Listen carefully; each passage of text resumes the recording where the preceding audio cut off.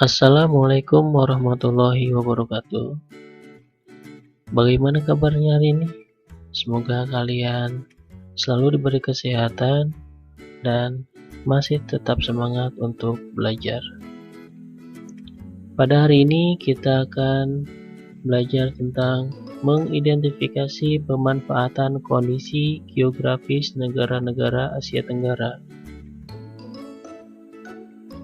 Pada pembelajaran sebelumnya, kita sudah mengenal kondisi geografis negara-negara di Asia Tenggara. Beberapa negara memiliki kondisi geografis yang sama, contohnya Indonesia dengan Thailand. Indonesia dan Thailand memiliki banyak sungai beraliran tenang. Aliran sungai ini dimanfaatkan untuk sarana transportasi dan perdagangan. Kondisi geografis di negara kawasan Asia Tenggara juga menyebabkan padi dapat tumbuh dengan baik karena iklim tropis dengan curah hujan tinggi dan berdekatan dengan garis khatulistiwa sehingga suhu udara sesuai untuk pertumbuhan padi. Negara-negara yang dekat atau berada di garis khatulistiwa memiliki keuntungan, di antaranya keanekaragaman hayati yang tinggi, memiliki lahan pertanian yang subur, memiliki potensi wisata tinggi, dan memiliki potensi energi matahari yang tinggi.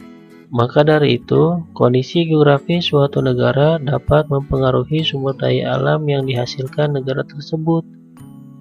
Setiap negara di Asia Tenggara umumnya memiliki jenis sumber daya alam yang beragam.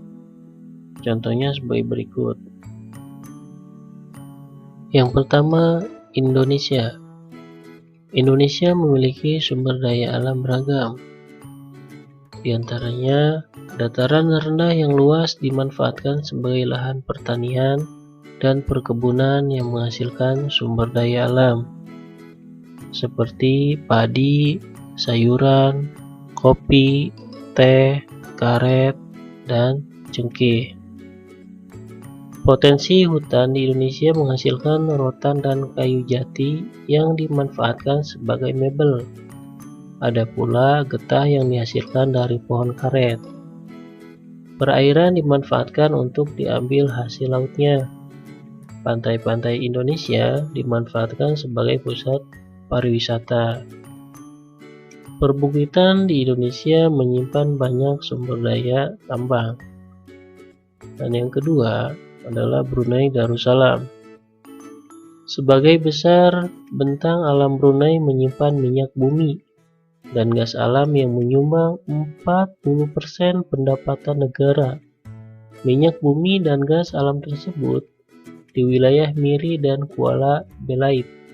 Dataran rendah dimanfaatkan penduduk sebagai lahan pertanian yang menghasilkan padi, kelapa, lada, buah-buahan. Dan yang ketiga, Filipina. Filipina hanya memanfaatkan dataran rendah sebagai lahan pertanian dan perkebunan. Pertanian dan perkebunan menghasilkan sumber daya alam berupa jagung, padi, ketela pohon, tebu, abaka, dan tembakau. Filipina juga memiliki pertambangan emas yang ada di wilayah Luzon yang kaya akan bahan tambang emas. Selanjutnya, yang keempat adalah Kamboja. Kamboja memiliki danau Tonle Sap yang merupakan penghasil ikan tawar utama di kawasan Asia Tenggara. Daerah di sekitar sungai Mekong dan danau Tonle Sap sangat subur, sehingga dimanfaatkan penduduk untuk pertanian padi, umbi-umbian, jagung, dan buncis. Ada pula hasil perkebunan seperti tembakau dan karet. Dan yang kelima adalah Laos. Dataran rendah Vientiane dimanfaatkan sebagai pertanian padi, jagung, dan tembakau.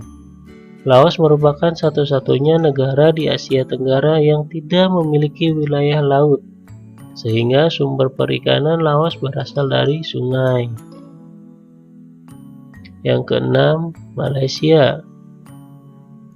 Sebagai kondisi geografis, Malaysia adalah hutan yang luas. Hasil hutan seperti kayu menjadi komoditas ekspor.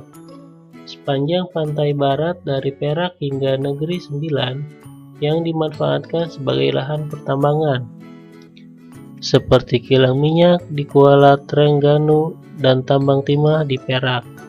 Malaysia juga memiliki perkebunan luas yang menghasilkan karet. Hal ini membuat Malaysia menjadi penghasil karet terbesar di dunia. Yang ketujuh, Myanmar. Beberapa wilayah di Myanmar menghasilkan sumber daya alam yang beragam. Contohnya, tembakau banyak terdapat di lembah Sungai Sitang, teh banyak terdapat di Plato San, dan sayuran banyak terdapat di pantai Arakan Yoma.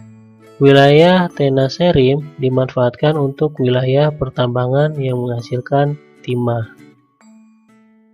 Yang kedelapan, Singapura. Singapura tidak memiliki banyak sumber daya alam. Usaha pertanian dilakukan secara hidroponik, akan tetapi beberapa wilayah dimanfaatkan sebagai lahan peternakan unggas. Yang kesembilan, Thailand. Kondisi geografis Thailand yang subur dimanfaatkan penduduk untuk bertani. Kegiatan pertanian banyak dilakukan di sepanjang sungai Chao Phraya. Hasil pertanian terbesar adalah padi. Bahkan, Thailand dijuluki sebagai lumbung padi utama di Asia Tenggara. Ada pula hasil pertambangan seperti timah, timbal, seng, dan mangan yang banyak dijumpai di semenanjung Thailand, Sungai Mekong, dan Chao Phraya, Selat Malaka, serta Teluk Siam dimanfaatkan penduduk untuk kegiatan penangkapan ikan. Dan yang terakhir, Vietnam. Kota Ho Chi Minh yang berada di dataran rendah menjadi pusat industri utama di Vietnam. Industri yang berkembang di Vietnam antara lain industri pengolahan makanan, penggilingan padi, dan tekstil. Sebagian dataran rendah dimanfaatkan sebagai lahan pertanian yang menghasilkan buah, sayuran, jagung, ubi jalar, dan kopi. Hutan utama di Vietnam menghasilkan kayu jati dan rotan sebagai bahan baku mebel. Mungkin hanya itu saja untuk hari ini. Semoga kalian dapat memahaminya tentang pemanfaatan kondisi geografis di negara-negara Asia. Dan untuk materi selanjutnya akan kita lanjutkan di lain waktu. Wassalamualaikum warahmatullahi wabarakatuh.